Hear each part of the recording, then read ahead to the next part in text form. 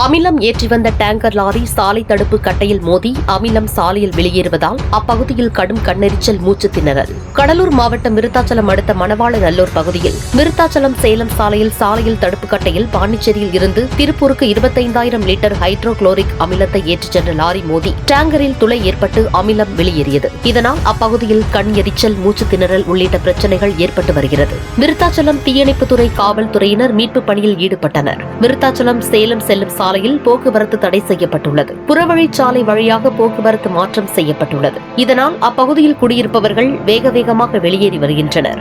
விபத்து நடந்த பகுதிக்கு அருகில் உலக புகழ்பெற்ற கொளஞ்சியப்பர் கோயில் உள்ளதால் முன்னெச்சரிக்கை நடவடிக்கையாக கோயில் மூடப்பட்டு பக்தர்கள் வெளியேற்றப்பட்டனர். மேலும் அமிலத்தின் காரத்தன்மையை குறைக்க சுண்ணாம்பு தூள் கொட்டப்பட்டு வருகிறது. மேலும் பாதுகாப்பு நடவடிக்கையாக மாவட்ட காவல்துறை கண்காணிப்பாளர் ஓட்டுநர் ராஜதுரையிடம் ராஜாராம் நேரில் விசாரணை மேற்கொண்டு வருகிறார். அமிலம் சாலையோரம் வெளியேறி வருவதால் அருகில் உள்ள செடி கொடிகள் கருகி வருகின்றன. மேலும் மற்றொரு லாரியில் அமிலத்தை மாற்ற முயற்சி செய்து வருகின்றனர்.